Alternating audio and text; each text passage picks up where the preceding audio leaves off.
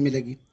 अगर हमने मरने वाले की अस्थियों को गंगा जी में विसर्जित नहीं किया तो उनकी आत्मा को शांति नहीं मिलेगी, और गया जी में जाके पिंडदान नहीं किया तो वो अपने पुरखों से नहीं मिलेगी। ये जो आत्मा की शांति के नाम पर 13 दिनों तक जो मनमानी क्रियाएं होती हैं, अगर ये गलत हमारी समझ में आ गया तो फिर कोई भी व्यक्ति समाज में तेरहवीं नहीं करेगा। हमें ये बता दिया गया है कि आपकी जाने वाले की आत्मा की शांति कब मिलेगी? जब आप 13 लोगों का भोजन करा दोगे, समाज के लोगों को भोजन करा दोगे, गंगा जी में अस्थियां विसर्जित कर दो। अब मैं आपसे पूछना चाहता हूं, समाज के सारे लोगों को पता है कोरोना काल में कितने लोगों की अस्थियां आपको मिल गई, आपके परिवार के लोगों की कितने लोगों की बॉडी आपको जलाने के लिए मिल गई, और कितने उस समय ये बता दिया गया लाला कि आप रणछोड़ में जाकर भी पिंडदान कर सकते हो, आप अस्थियां विसर्जित कर सकते हो, आप ओरछा में जाके अस्थियां विसर्जित कर सकते हो। यानी कि वो पत्रा जो केवल इलाहाबाद के लिए खुलता था, अब वो कोरोना काल में छपट के लिए भी खुल गया, रणछोड़ के लिए भी खुल गया और बेतवा के लिए। अब उस पत्रा में ये 3 नदियां भी निकल आए। कहने का मतलब ये है कि ये केवल और केवल हमारे और आपके द्वारा बनाई गई सामाजिक व्यवस्था है, इनका जाने वाले की आत्मा से कोई लेना देना नहीं है। और आप देखिए, भारत में गंगा की जो बात होती है, विश्व में कहां गंगा है? केवल भारत के अंदर गंगा है।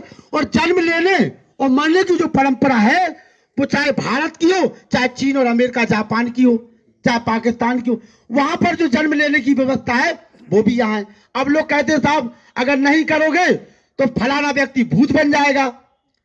अब जैसे मान लीजिए हमारे लखनलाल हरबार जी बैठे हैं, ये है भूतपूर्व पार्षद। भूतपूर्व का मतलब बीता हुआ कल। अब ये पहले पार्षद थे, आज पार्षद नहीं है, तो कहा ये भूत हो गए। लेकिन हमने कह दिया एक भूत भी होता है। वो भूत को डर भी गरीब लोगों के लिए, जो अशिक्षित लोग हैं उनके दिमाग में कि अगर नहीं करें तो वे भूत बन जाए। भूत का मतलब होता है बीता हुआ कल। और अभी पूरे कोरोना काल में आप लोगों ने जो व्यवस्थाएं देखी, 13 तक भी चलती है, कोई बात नहीं, मान लेते हम। अब आप देखिए, जिस समाज में हम यहाँ बैठे हुए हैं, इस समाज में तो सामाजिक व्यवस्था के अनुसार ना तो कोई व्यक्ति 13 खाने के लिए आते हैं और फिर ना कोई श्राद्ध में खाने के लिए आता है। बोले तुम तो अपने सूको दे दो हमें, हम तुम्हारा सूको ले जे, हमारे तो तीजो खा लेते, सूको चाने। तो अब तो इनके तो पुरखा तलने ही नहीं है, और इनके तो कई दिन में कोई को पानी मिलना ही नहीं है। कहे कि जब खाने ही नहीं जाए तो उनके पेट पे कहाँ पहुंचे। अच्छा आप क्या बताओ, हम घर से आए, बता के आए कि आप आज हम हरगोविंद जी की आज आ रहे हैं। मास्टरनी को पता है कि मास्टर सुबह सुबह जल्दी 2 पराठे खा के गए, भोजन बन के तैयार हो। अब तो मास्टरनी खा ले बकी साहब, पता है ना, और फिर हमारे पेट में पहुंच जावे।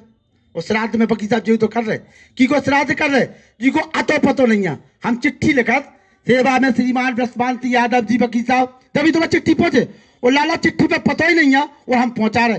हमारे दादा परदादा, हमारे माता पिता कौन सी योनि में है, जो केवल और केवल ईश्वर को पता है, हमें पता ही नहीं है। अब उनको भोजन कछु और है, वे बन कछु और गए और हम लोगों को कछु और खुआ रहे। मतलब जियत पिता से दंगम दंगा और मरे पिता पहुंचा दे गंगा।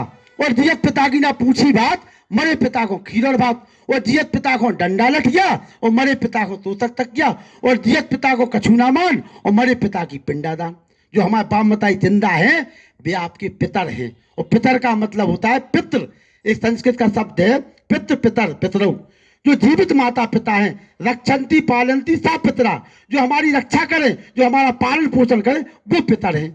जीवित माता पिता अरु गुरुजन सभी पितर है कहलाते, और श्रद्धा से भोजन दो इनको, यही शास्त्र समझाते। और जीते पिता को ना भोजन पहुंचाते, जीते पिता को ना भोजन पहुंचाते, मरे पे हम श्राद्ध कर रहे हैं।